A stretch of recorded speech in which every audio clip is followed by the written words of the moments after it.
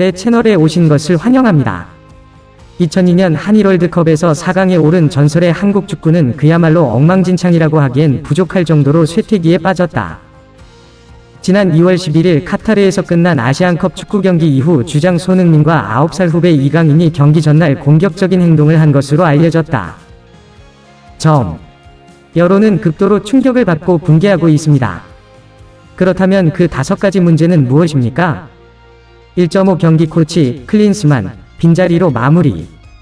우선 위르겐 클린스만 감독은 역대 최강이라 불리는 남자 축구대표팀을 완전히 무너뜨린 장본인이다. 클린스만은 1990년 이탈리아 월드컵에서 서독을 우승으로 이끈 세계적인 공격수다. 그는 한국을 상대로 멋진 역전승을 거두며 한국 축구 팬들에게는 친숙한 인물이다. 1994년 미국 월드컵 당시 황선홍과 홍명보가 뛰었던 곳. 그러나 리더로서 그는 실패했다. 이는 세계 축구 전문가들의 거의 공통된 견해이다.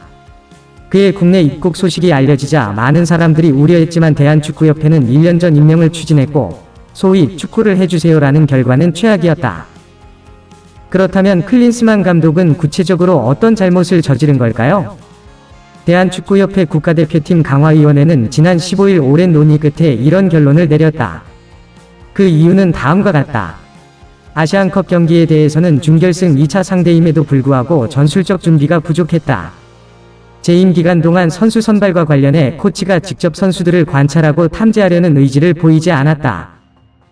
선수 관리 측면에서는 팀 분위기와 내부 갈등을 이해하지 못했고 리더로서 팀 규율과 기준에도 미치지 못했다. 짧은 시간 동안만 국내에 있으면서 직업윤리 측면에서 사람들이 무시당하는 것 같습니다. 이 정몽규 회장, 오경기 감독 초청. 오물을 기록한 클린스만 감독을 영입한 주역은 정몽규 대한축구연맹 회장이었다. 축구협회 규정에 따르면 대표팀 감독은 강화위원회 추천에 따라 임명해야 하는데 클린스만을 선임할 때 정 회장이 직접 위원회 앞에 서서 보강이 이뤄지게 됐다. 벤투 전 감독 시절 보강위가 규정에 따라 적극적으로 의견을 피력했던 것과 달리 클린스만 재임 기간에는 제도가 처음부터 무너져 보강위가 사실상 무의미해졌다. 그 결과 클린스만에 대한 관리나 통제는 없었고 클린스만은 눈에 띄지 않게 재택근무와 해외 출장을 이어갔다. 이런 점에서 정몽규 회장은 원칙과 제도를 무시했다는 비판을 면하기 어렵다. 그는 1년 전 비리 축구 선수를 사면한 뒤 여론의 거센 비난을 받았다. 대한축구연맹은 물론 대한체육회 규정도 제대로 지켜지지 않았다는 보도도 나왔다. 그가 다니던 회사의 아파트 건물이 무너지면서 원칙을 지키지 못해 고개를 숙여야 했던 사실이 밝혀졌고 국가대표팀 감독을 선임할 때도 마찬가지였다. 3. 한 지붕 아래 세 그룹 클린스만. 1986년부터 1994년까지 일요일 아침 드라마 한 지붕 세 가족이 큰 인기를 끌었습니다. 서울을 배경으로 서로 다른 세 가족이 한 집에 모여 살면서 서로를 이해하고 감정을 나누는 이야기를 따뜻한 작품으로 그린 작품이다. 클린스만은 64년 만에 아시안컵 우승에 도전한다. 축구 관계자들은 모두가 뭉쳐 하나의 팀이 되어야만 이룰 수 있는 목표지만 연령에 따라 세 개 조로 나누어져 있어 스프라고 부른다고 설명했다. 이 아시안컵 훈련장에서 단체로 훈련할 때 선수들은 모두 같은 조로 활동한다. 1992년생 주장 손흥민과 이재성, 김진수가 이끄는 이른바 92파. 96 패션에는 1996년생 김민재, 황희찬, 황인범이 포함됐다. 그리고 이강인을 비롯한 젊은 선수들로 구성된 MZ 파벌 2주로 대결을 펼쳤다. 조별리그 첫 경기 연습부터 조던과의 마지막 연습까지 각 조의 얼굴은 크게 달라지지 않았다. 연령차별뿐 아니라 국내외 계파 간 갈등도 있는 것으로 보인다. 대회 전 연습 중 외국인 공격수가 몸부림치는 국내 수비수에게 불만을 품고 공을 세게 차는 모습이 취재진에 포착됐다. 4. 슛돌이는 왜 전국리움의 이미지가 되었나요? 이강인은 어릴 때부터 지상파 프로그램을 통해 대중에게 알려진 선수이다.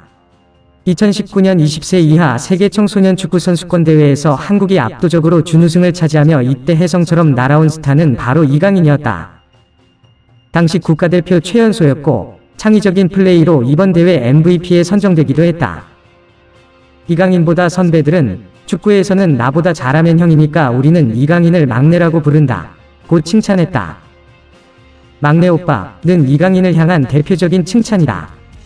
당시에도 선배들을 무시했다. 그동안 그의 성격에 대해 말과 행동이 도를 넘었다는 비판이 있었지만 스타성에 묻혀버렸다.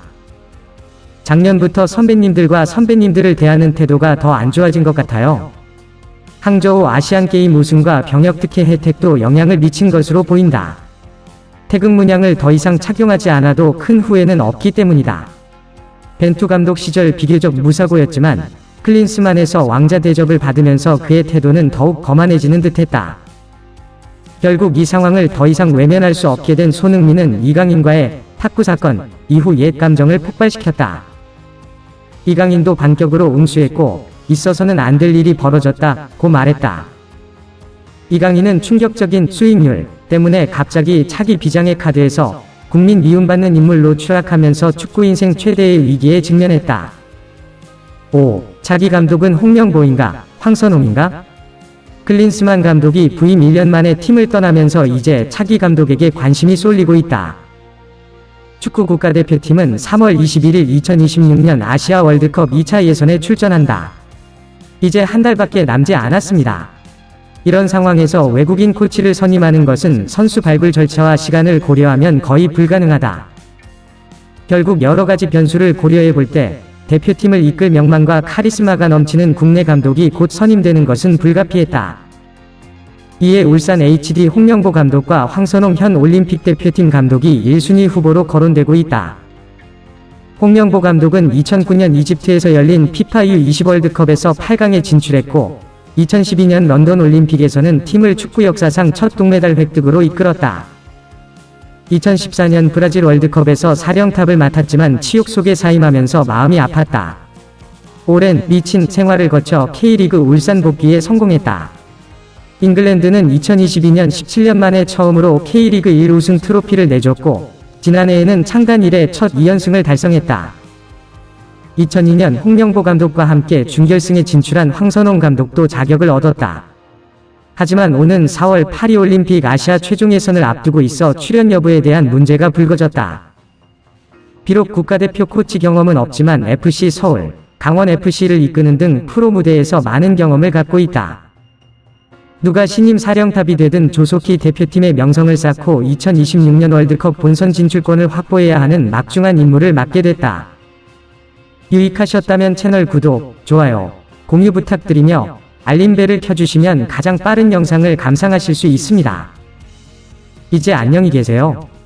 다음 영상에서 만나요.